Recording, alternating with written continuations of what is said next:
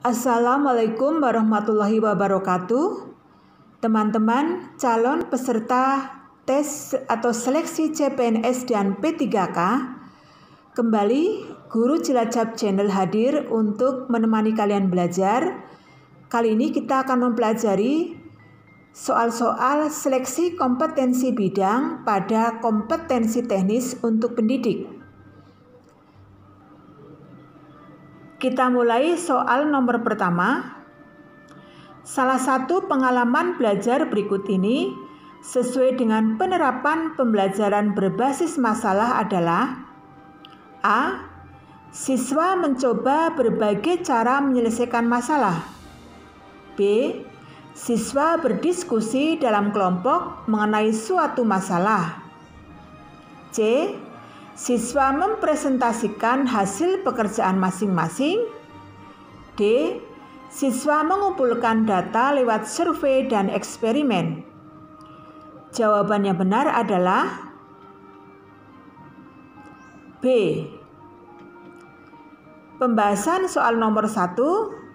Pengertian model pembelajaran berbasis masalah atau problem-based learning adalah suatu model pembelajaran yang dirancang pada proses penyelesaian masalah yang dihadapi secara ilmiah agar siswa mendapat pengetahuan penting. Dengan demikian, diharapkan siswa mahir dalam memecahkan masalah, memiliki model belajar sendiri, dan memiliki kecakapan berpartisipasi dalam tim. Salah satu pengalaman belajar yang diperoleh dengan model pembelajaran berbasis masalah yaitu siswa mencoba berbagai masalah baik secara sendiri maupun berkelompok. Soal nomor 2. Model pembelajaran ini dimulai dengan pembelajaran bab atau pokok bahasan, sehingga setiap anggota kelompok memegang materi dengan topik yang berbeda-beda. Tiap siswa dari masing-masing kelompok yang memegang materi yang sama selanjutnya berkumpul dalam satu kelompok baru yang dinamakan kelompok ahli. Masing-masing kelompok ahli bertanggung jawab untuk sebuah bab atau pokok bahasan. Setelah kelompok ahli selesai mempelajari satu materi keahliannya, masing-masing siswa kembali ke kelompok asal mereka untuk mengajarkan materi keahliannya kepada teman-teman dalam satu kelompok dalam bentuk diskusi. A. Cooperative Team Start Student Team Assessment Division. B. Cooperative Team Jigsaw. C. Cooperative Team TAE Team Assist Individualization. D. Cooperative Team TTW Think Talk Write. Jawaban yang benar adalah B. Model pembelajaran kooperatif adalah model pembelajaran yang mengutamakan kerjasama dalam menyelesaikan permasalahan untuk menerapkan pengetahuan dan keterampilan dalam rangka mencapai tujuan. Salah satu tip model pembelajaran kooperatif adalah tip jigsaw, yang prosesnya telah diuraikan pada soal. Selanjutnya kita bahas soal nomor 3. Menurut Tomlinson 1999, prinsip pembelajaran berdiferensiasi adalah: A. Perbedaan siswa dipelajari sebagai landasan perencanaan pembelajaran. B. Penilaian dan pengajaran tidak terpisahkan. C. Memperhatikan bentuk kecerdasan yang beragam. D. Beragam profil belajar diperhatikan. Jawaban yang benar adalah B. Pembahasan soal nomor 3. Prinsip pembelajaran berdiferensiasi menurut Tomlinson antara lain: guru fokus pada materi esensial, penilaian dan pengajaran tidak terpisahkan, guru memodifikasi konten, proses, produk dan lingkungan belajar, siswa berpartisipasi dengan aktivitas yang paling cocok, guru menyeimbangkan norma bekerja dalam kelompok dan individual, guru dan siswa bekerja bersama secara fleksibel. Soal nomor 4. Ketika mengintegrasikan dengan model pembelajaran penemuan, kegiatan mengasosiasi pada pendekatan saintifik pertama kali dilakukan pada fase A. Stimulation, B. Problem statement, C. Data collection, D. Data processing.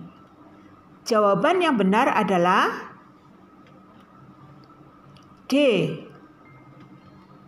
Pembahasannya, discovery learning menekankan pada ditemukannya konsep atau prinsip yang sebelumnya tidak diketahui oleh siswa dengan tahapan meliputi pemberian stimulus, identifikasi masalah atau problem statement, pengumpulan data atau data collection, pengolahan data atau data processing, memverifikasi data, dan penarikan kesimpulan. Sementara alur pendekatan saintifik meliputi mengamati, menanya, mengumpulkan informasi, mengasosiasi, dan mengkomunikasikan. Langkah mengasosiasi pada pendekatan saintifik berada pada fase pengolahan data atau data processing. Nah, teman-teman, selanjutnya kita bahas soal nomor 5. Salah satu pendekatan pembelajaran yang disarankan dalam kurikulum 2013 adalah pendekatan saintifik. Kegiatan berikut ini terkait aktivitas mengamati, kecuali A. Memperhatikan penjelasan guru, B. Membaca dan memahami bacaan, C. Memperhatikan tayangan pengantar pelajaran, D. Mencermati suatu demonstrasi konsep. Jawaban yang benar adalah A.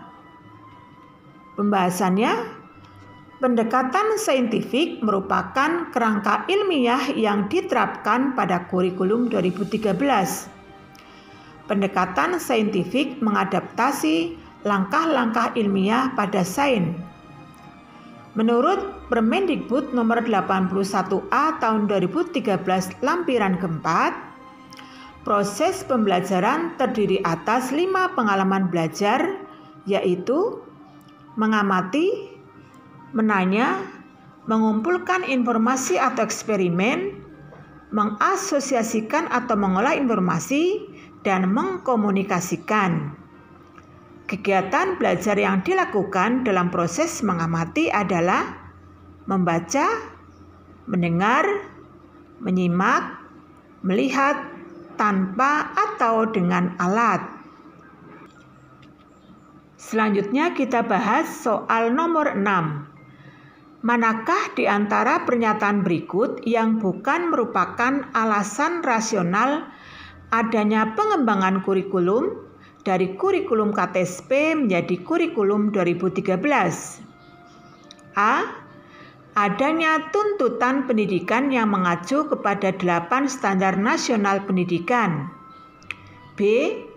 Adanya perkembangan penduduk usia produktif yang membutuhkan kompetensi dan keterampilan yang memadai. C. Adanya pemadatan materi kurikulum sebelumnya agar capaian kompetensi siswa lebih luas. D. Keikutsertaan Indonesia di dalam studi internasional, tren International Student Assessment yang ketercapaiannya belum memadai. Jawaban yang benar adalah C.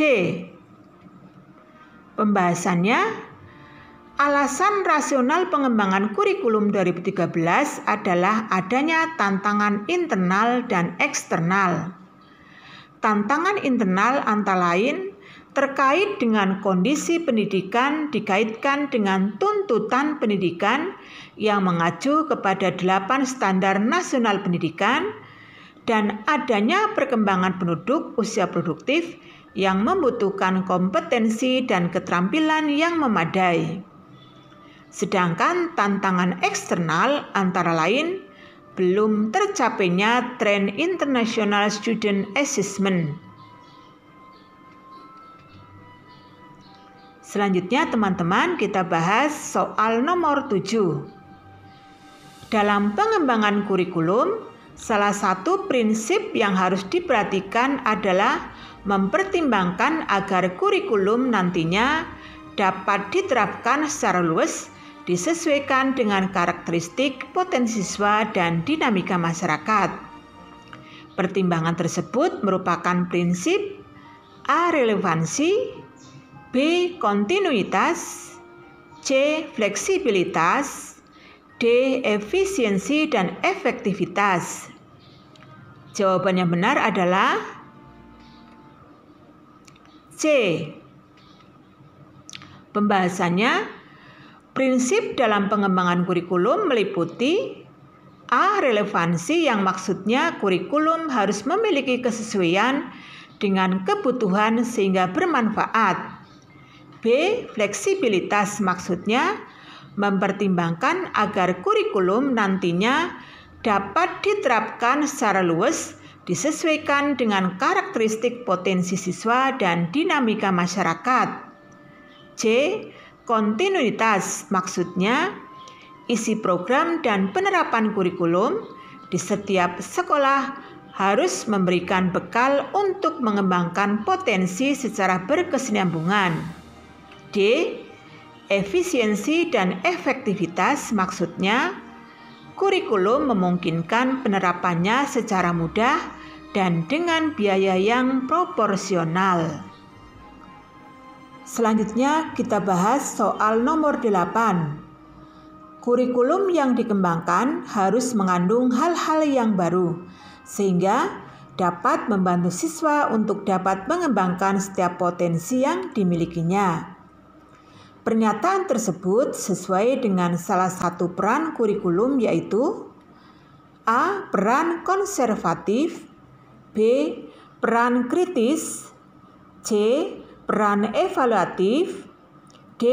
Peran kreatif, dan jawaban yang benar adalah D. Adapun pembahasannya, kurikulum mempunyai peran sebagai berikut. Yang pertama, peran konservatif yaitu kurikulum dapat melestarikan berbagai budaya sebagai warisan masa lalu. B. Peran kreatif yaitu kurikulum harus mengandung hal-hal baru sehingga dapat membantu siswa untuk dapat mengembangkan setiap potensi yang dimilikinya. Yang ketiga, kritis dan evaluatif yaitu kurikulum berperan menyeleksi nilai dan budaya mana yang perlu dipertahankan dan mana yang harus dimiliki oleh siswa. Soal nomor 9. Untuk melihat mengenai kualifikasi kemampuan lulusan yang mencakup sikap, pengetahuan dan keterampilan peserta didik yang harus dipenuhinya atau dicapainya dari suatu satuan pendidikan pada jenjang pendidikan dasar dan menengah, seorang guru harus berpedoman pada A. Standar kompetensi lulusan, B. Kompetensi dasar, C. Kompetensi inti, D. Indikator pencapaian kompetensi. Jawaban yang benar adalah A. Dalam lampiran Permendikbud nomor 20 tahun 2016 tentang standar kompetensi dasar dan menengah disebutkan bahwa standar kompetensi lulusan adalah kriteria mengenai kualifikasi kemampuan lulusan yang mencakup sikap, pengetahuan dan keterampilan peserta didik yang harus dipenuhinya atau dicapainya dari suatu satuan pendidikan pada jenjang pendidikan dasar dan menengah. Nah, teman-teman sekalian, kita sampai pada soal nomor 10. Proses pembelajaran dalam mencapai kompetensi lulusan pada dimensi pengetahuan dapat diperoleh melalui A. Mengetahui, memahami, menerapkan, menganalisis, mengevaluasi. B. Menerima, menjalankan, menghargai, menghayati, mengamalkan. C. Menerima, memahami, menerapkan, menyajikan, mengkomunikasikan. D. Mengetahui, memahami, menerapkan, menalar, mengkomunikasikan. Jawaban yang benar adalah A. Pembahasannya, setiap lulusan satuan pendidikan dasar dan menengah memiliki kompetensi pada 3 dimensi, yaitu pengetahuan, keterampilan, dan sikap. Dimensi pengetahuan dimiliki melalui aktivitas mengetahui, memahami, menerapkan, menganalisis, dan mengevaluasi. Soal nomor 11. Menjelaskan hubungan antara koefisien diskriminan fungsi kuadrat dengan grafiknya merupakan salah satu rumusan kompetensi dasar untuk mencapai kompetensi inti. A. Spiritual, B. Sosial, C. Pengetahuan, D. Keterampilan. Jawaban yang benar adalah A. Pembahasannya, Pasal 2 Permendikbud nomor 24 tahun 2016 tentang kompetensi inti dan kompetensi dasar pelajaran pada pendidikan dasar dan menengah menyebutkan bahwa kompetensi inti merupakan tingkat kemampuan untuk mencapai standar kompetensi lulusan yang harus dimiliki seorang peserta didik pada setiap tingkat kelas. Rumusan kompetensi inti meliputi KI 1 kompetensi inti untuk sikap spiritual, KI 2 kompetensi inti untuk sikap sosial, KI 3 kompetensi inti untuk pengetahuan, KI 4 kompetensi inti untuk keterampilan. Rumusan KI yang dimaksud adalah KI 3 kompetensi inti untuk pengetahuan. Oke teman-teman, selanjutnya kita bahas soal nomor 12. Seorang guru mengelola proses pembelajaran matematika dengan fokus tujuan menghargai kegunaan matematika dalam kehidupan sehari-hari. Pengalaman belajar berikut yang paling relevan adalah A. Menentukan penyelesaian dari sistem persamaan linier dengan 2 variabel dengan substitusi. B. Menentukan hasil perkalian suku 2 bentuk aljabar. C. Menyelesaikan masalah kontekstual yang berhubungan dengan matematika. D. Menjelaskan hubungan antara koefisien diskriminan fungsi kuadrat dengan grafiknya. Jawaban yang benar adalah C. Pembahasannya, tujuan pelajaran matematika SMP yakni menghargai kegunaan matematika dalam kehidupan sehari-hari. Maksudnya, siswa mempunyai pengalaman belajar berdasarkan penerapan matematika dalam kehidupan sehari-hari atau pengalaman kontekstual. Soal nomor 13. Berikut ini merupakan penjelasan yang paling tepat tentang indikator pencapaian kompetensi menurut Permendikbud nomor 103 tahun 2014 tentang pembelajaran pada pendidikan dasar dan pendidikan menengah. A. Kemampuan yang dapat diobservasi untuk disimpulkan sebagai pemenuhan kompetensi dasar pada kompetensi inti. B. kemampuan yang dapat diobservasi untuk disimpulkan sebagai pemenuhan kompetensi inti tertentu. C. Kemampuan yang dapat diobservasi untuk disimpulkan sebagai pemenuhan standar kompetensi lulusan tertentu. D. Pernyataan yang menunjukkan tolok ukur ketercapaian pembelajaran pada mata pelajaran tertentu. Jawaban yang benar A. Dalam Permendikbud nomor 103 tahun 2014 tentang pembelajaran pada pendidikan dasar dan pendidikan menengah disebutkan bahwa indikator pencapaian kompetensi merupakan kemampuan yang dapat diobservasi untuk disimpulkan sebagai pemenuhan kompetensi dasar pada kompetensi inti. Soal nomor 14. Yang bukan mekanisme penyusunan atau perumusan indikator pencapaian kompetensi adalah A. Menganalisis tingkat kompetensi dalam KI dan KD. B. Menganalisis karakteristik mata pelajaran siswa dan sekolah. C. Menganalisis kebutuhan dan potensi siswa, sekolah, dan daerah. D.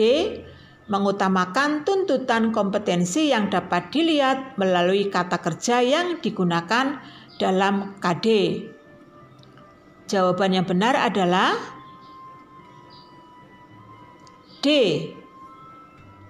Pembahasannya, mekanisme penyusunan atau perumusan indikator pencapaian kompetensi adalah sebagai berikut. Yang pertama, menganalisis tingkat kompetensi dalam KI dan KD. B. Menganalisis karakteristik mata pelajaran siswa dan sekolah. C. Menganalisis kebutuhan dan potensi siswa, sekolah, dan daerah. D. Merumuskan IPK. Selanjutnya kita bahas soal nomor 15. Salah satu prinsip pembelajaran dalam kurikulum 2013 sesuai dengan Permendikbud nomor 22 tahun 2016 tentang standar proses pendidikan dasar dan pendidikan menengah adalah A. Guru sebagai satu-satunya sumber belajar. B. Pembelajaran berbasis konten. C. Pembelajaran verbalisme. D. Keseimbangan keterampilan fisik dan mental. Jawaban yang benar adalah D. Dengan pembahasan prinsip pembelajaran dalam kurikulum 2013 sesuai dengan Permendikbud nomor 22 tahun 2016 tentang standar proses pendidikan dasar dan pendidikan menengah diantaranya. Yang pertama, dari peserta didik diberitahu menuju peserta didik menjadi tahu. Yang kedua, dari guru sebagai satu-satunya sumber belajar menjadi belajar berbasis aneka sumber belajar. 3. Dari pendekatan tekstual menuju proses sebagai penguatan penggunaan pendekatan ilmiah. 4. Dari pembelajaran berbasis konten menuju pembelajaran berbasis kompetensi. 5. Dari pembelajaran parsial menuju pembelajaran terpadu. 6. Dari pembelajaran yang menekankan jawaban tunggal menuju pembelajaran dengan jawaban yang kebenarannya multidimensi. 7. Dari pembelajaran verbalisme menuju keterampilan aplikatif. 8. Peningkatan dan keseimbangan antara keterampilan fisikal atau hard skill dan keterampilan mental atau soft skill. Soal nomor 16. Salah satu prinsip penyusunan RPP adalah menekankan pada keterkaitan dan keterpaduan antar komponen dalam satu keutuhan pengalaman belajar. Pernyataan berikut yang tidak sesuai dengan prinsip tersebut adalah A. pengalaman belajar yang dirancang untuk siswa berhubungan dengan semua komponen RPP. B. Muatan semua komponen RPP menekankan pada penggunaan teknologi informasi dan telekomunikasi. C. Sumber belajar yang digunakan mendukung muatan komponen RPP lainnya. D. Muatan komponen RPP relevan dengan muatan KD dan IPK. Jawaban yang benar adalah D. Pembahasannya, prinsip penyusunan RPP menurut Permendikbud nomor 22 tahun 2016 tentang standar proses pada pendidikan dasar dan menengah, salah satunya adalah penekanan pada keterkaitan dan keterpaduan antara KD, materi pembelajaran, kegiatan pembelajaran, IPK, dan sumber belajar dalam satu keutuhan pengalaman belajar. Nah, teman-teman, kita teruskan pada soal nomor 17. Rencana pelaksanaan pembelajaran terdiri atas beberapa komponen yang muatannya saling berhubungan. Muatan komponen penilaian hasil pembelajaran utamanya berhubungan dengan muatan komponen A. Media pembelajaran, B. Kompetensi dasar, C. Indikator pencapaian kompetensi, D. Langkah kegiatan pembelajaran. Jawaban yang benar adalah C. Pembahasannya, komponen penilaian hasil pembelajaran berhubungan erat dengan muatan indikator pencapaian kompetensi. Indikator pencapaian kompetensi diturunkan menjadi tujuan pembelajaran. Indikator pencapaian kompetensi tersebut dirumuskan menggunakan kata kerja operasional yang dapat diamati dan diukur, yang mencakup aspek pengetahuan, sikap, dan keterampilan. Soal nomor 18. Dalam suatu rencana pelaksanaan pembelajaran, rancangan kegiatan mengamati, menanya, mencoba, menalar, menyaji, dan mencipta dalam rangka mempelajari suatu keterampilan dilakukan pada tahap pembelajaran A. Pendahuluan, B. Inti, C. Penutup, D. Pengayaan. Jawaban yang benar adalah B. Pembahasannya, dalam suatu RPP, pelaksanaan pembelajaran mencakup tahap pendahuluan, inti, dan penutup. Kegiatan pendahuluan meliputi memberikan orientasi, apersepsi, dan motivasi.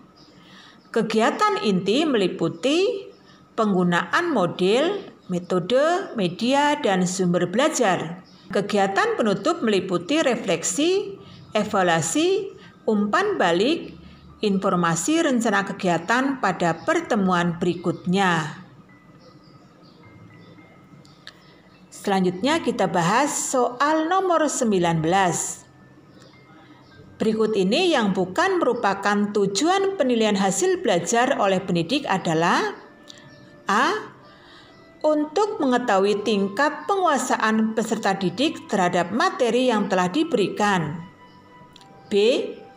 Untuk mengetahui kecakapan, motivasi, bakat, minat, dan sikap peserta didik terhadap program pembelajaran. C. Mengetahui tingkat penguasaan sikap. D. Untuk mengetahui tingkat kemajuan dan kesesuaian hasil belajar peserta didik dengan standar kompetensi dan kompetensi dasar yang telah diterapkan. Jawaban yang benar adalah C. Pembahasannya, penilaian hasil belajar oleh pendidik memiliki tujuan untuk yang pertama, mengetahui tingkat penguasaan peserta didik terhadap materi yang telah diberikan. Yang kedua, mengetahui kecakapan, motivasi, bakat, minat, dan sikap peserta didik terhadap program pembelajaran. Yang ketiga, mengetahui tingkat kemajuan dan kesesuaian hasil belajar peserta didik dengan standar kompetensi dan kompetensi dasar yang telah ditetapkan. Nah teman-teman, kita sampai pada soal yang terakhir yaitu soal nomor 20. Penilaian didasarkan pada ukuran pencapaian kompetensi yang ditetapkan adalah prinsip umum penilaian yang dikenal dengan istilah A. Beracuan norma, B. Beracuan kriteria, C. Terpadu, D. Holistik. Jawaban yang benar adalah B. Pembahasannya, menurut Woodward tahun 1961,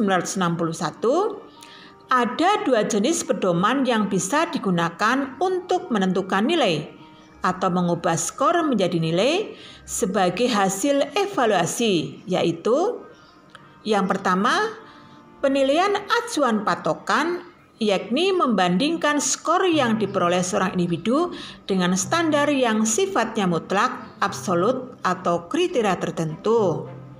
Yang kedua, penilaian acuan norma, yakni membandingkan skor yang diperoleh seorang individu dengan skor yang diperoleh siswa lainnya dengan kelompok tes tersebut. Nah teman-teman sekalian, demikian tadi pembahasan kita pada bagian kedua, pembahasan soal SKB. Kita akan bertemu lagi pada pembahasan yang ketiga. Tetap semangat. Wassalamualaikum warahmatullahi wabarakatuh.